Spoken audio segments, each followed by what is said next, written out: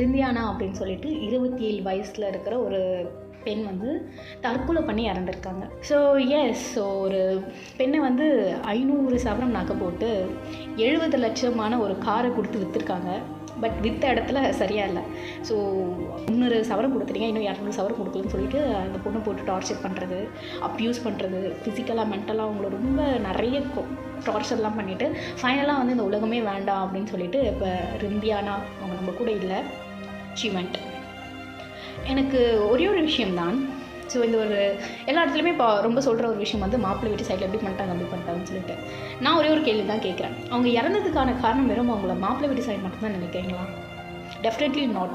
So ஒரு பேரண்ட்டாக அவங்களோட விஷயம் வந்து அவங்க சரியாக பண்ணல. ஸோ அவங்களுமே இதுக்கு வந்து ஒரு காரணம் தான். I don't want to blame them. So அவங்கள வந்து இவங்க இப்படி தப்பு பண்ணிட்டாங்க, இவங்க தான் காரணம் அப்படின்னு நான் பிளேம் பண்ண விரும்பல. I'm not coming to say that. I'm just want to say that இவங்களுமே இதுக்கு ஒரு காரணம் அப்படின்னு தான் சொல்ல வரேன். ஸோ எல்லா பேரண்ட்டும் இந்த ஒரு வீடியோ பாருங்கள். தயவு செய்து உங்களோட பசங்களை, உங்களோட பொண்ணை வந்து எந்த ஒரு வீட்டுக்கும் விற்காதீங்க.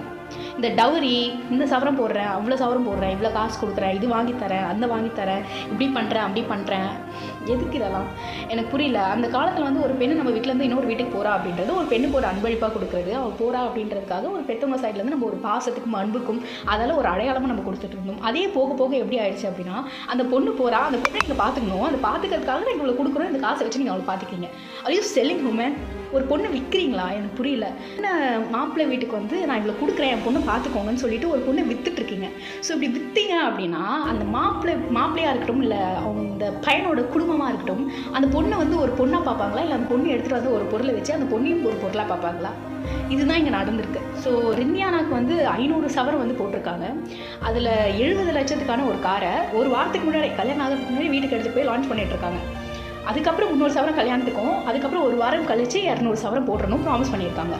பட் அவங்க அந்த 200 சவரம் வந்து கொஞ்சம் டிலே பண்ணதுனால அவ்வளோ ப்ரெஷர் பண்ணியிருக்காங்க. எஸ், ஒரு மாப்பிள்ளை வீட்டு சைடில் வந்து இவ்வளோ கேட்குறாங்க அப்படின்னாலே ஒரு பெற்றவங்களுக்கு புரிஞ்சுக்க முடியாதா? அவங்க நம்ம பொண்ணை தாண்டி ஒரு விஷயத்தை பார்க்குறாங்க. இப்படி பார்க்குற ஒரு குடும்பம் நம்ம பொண்ணை பார்த்துக்க முடியுமா? நம்ம பொண்ணை பார்த்துப்பாங்களா அப்படின்னு சொல்லிட்டு. ஸோ இவங்க என்ன பண்ணியிருக்காங்க, அந்த டவுரியை தான் பார்த்துருக்காங்க. ஸோ இவ்வளோ வந்துருச்சு, இன்னும் ஒரு 200 சவரம் வரலையேன்னு சொல்லிட்டு அவ்வளோ டார்ச்சர் பண்ணியிருக்காங்க. ஃபைனலாக இவங்க இறந்து போயிருக்காங்க.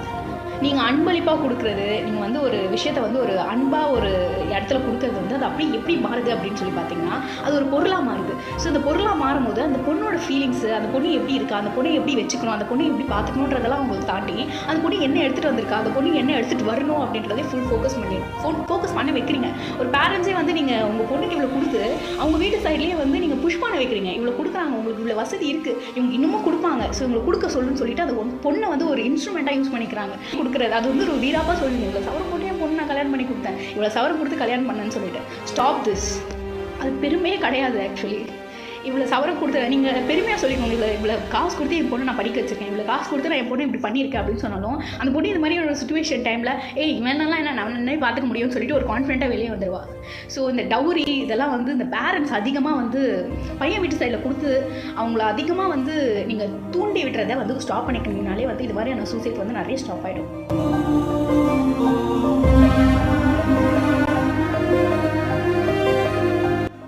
செகண்ட் விஷயம், அவங்க எனக்கு புரியல, ஜஸ்ட் ஒரு 72 நாளுங்க, 72 நாள் வந்து வாழ்ந்துருக்காங்க. ஸோ அந்த பையன் வீட்டில் இவ்வளோ டார்ச்சர் பண்ணுறாங்க, அந்த பையன் இவ்வளோ டார்ச்சர் பண்ணுறான்ற போது அந்த பொண்ணுக்கு எப்படி தோண வரும், எப்படி வந்து அவங்களுக்கு அந்த தாட் வந்துச்சு?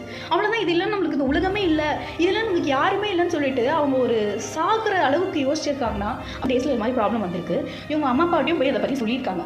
பட் வந்து எல்லா அம்மா அப்பாவும் சொல்கிறது என்ன, அட்ஜஸ்ட் பண்ணிக்கோ, போக போக சரியாயிடும், போக போக பழகிடும், எல்லாமே மாறும், இந்த ஒரு நார்மலான அந்த ஸ்டேட்மெண்ட்டை சொல்லி அனுப்பிச்சிருக்காங்க. ஸோ அவங்களும் போயிருக்காங்க. பட் எந்த ஒரு மாற்றமும் இல்லை. அந்த மாற்றத்துக்கான எந்த ஒரு விஷயமும் அவங்க தெரியல. ஸோ அப்படியே தான் வேணும். அம்மா அப்பா என்னென்னா இந்த வீடு இல்லைன்னா நம்ம அம்மா அப்பா அவங்களும் இல்லை, இந்த உலகமே இல்லைன்னு சொல்லிட்டு இருந்திருக்கு. ஃபைனலாக வந்து இதுக்கு மேலே நம்ம இந்த உலகத்தில் யாருமே இல்லை அப்படின்னு சொல்லிட்டு அவங்க ஒரு அந்த சுச்சுவேஷனுக்கு வந்திருக்காங்க. கேட்கும் போதே வந்து எனக்கு ரொம்ப கஷ்டமாக இருக்கும். அவங்க மென்டாலிட்டி எப்படி இருந்திருக்கும், அவங்க எப்படி அந்த இடத்துல ஃபீல் பண்ணியிருப்பாங்க, என்ன நினச்சிருப்பாங்க.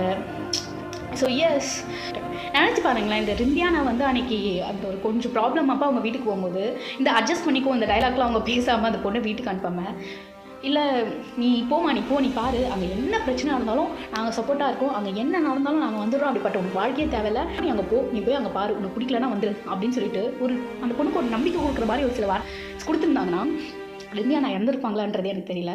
அங்கே ஸ்ட்ராங்காக நின்று இருப்பாங்க, ஸ்ட்ராங்காக பேசியிருப்பாங்க.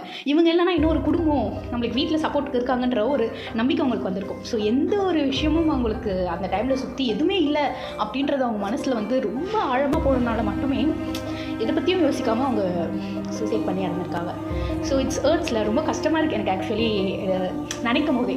ஒரு 2 years 5 years அப்படி கூட இல்லை, ஜஸ்ட் 72 days ஒரு பையன் கூட பழகிருக்காங்க. அந்த பையன் இப்படிலாம் இருக்குன்னு, குடும்பம் இப்படிலாம் இருக்குன்னு நினச்சோன்னே அவங்களுக்கு இந்த உலகமே இல்லை, இந்த உலகமே அவ்வளோதான் அப்படின்னு நினச்சி அவங்க இவ்வளோ தூரம் இப்படி வந்திருக்காங்கன்னா அவங்க பையன் வீட்டு சைடில் தப்பு இருந்தாலுமே அவங்களோட பெற்றவங்களுமே இதுக்கு ஒரு காரணம். வீடியோவில் உங்கள் எல்லாருக்குமே சொல்கிற ஒரே ஒரு விஷயம், தயவுசெய்து இந்த சொசைட்டிக்காக பொண்ணுங்களை வந்து வளர்க்காதீங்க. ஸோ ஒரு பொண்ணு வந்து கல்யாணம் பண்ணிவிட்டு வீட்டுக்கு வந்தால் சுற்றி எல்லோரும் கேள்வி கேட்பாங்க, என்ன பொண்ணு வீட்டுக்கு அப்படின்னு. அவங்கள பற்றி யோசிச்சு உங்களோட பொண்ணுங்களை இழந்துடாதீங்க. ஸோ ஒரு சின்ன விஷயமா இருந்தாலும் அவங்ககிட்ட பேசுங்க. ஒரு பொண்ணுக்கு வந்து கேஸு கோர்ட்டுன்னு போடுறது ரொம்ப ஈஸியான ஒரு விஷயம் தான். சொல்கிறது ஏன் கோர்ட் கேஸ் போயிருக்கலாமே, போலீஸ் ஸ்டேஷன் போயிருக்கலாமே நம்ம சொல்லுவோம், ரொம்ப ஈஸியாக சொல்லிடுவோம். ஆனால் அந்த பொண்ணுக்குள்ளே வந்து என்னென்னலாம் அந்த டைமில் தோணும். ஸோ இவ்வளோ தூரம் போகிறோமே, நம்ம அம்மா அப்பா என்ன நினைப்பாங்க எல்லோரும், நம்ம அம்மா அப்பா இவ்வளோ தூரம் நம்ம திரும்பி கொண்டு வரணுமா, திரும்பியுமே அவங்களுக்கு வந்து நீங்கள் ஒரு பெரிய நம்பிக்கை கொடுக்குற மாதிரி அவங்க பின்னாடி நிற்கிற மாதிரியான ஒரு கான்ஃபிடென்ட் அவங்களுக்கு வரவேங்க. அப்படி இதெல்லாம் நீங்கள் கொடுத்தீங்கனாலே அவங்க எந்த ஒரு இடத்துல இருந்தாலும், எந்த ஒரு வீட்டுக்கு போனாலும் நீங்கள் இருக்கீங்க, நம்மளை பார்த்துக்காக இவ்வளோ பேர் இருக்காங்க, இவனை இல்லைன்னா என்னடா அப்படின்னு சொல்லிட்டு ஒரு நம்பிக்கையாக வெளியே வர முடியும்.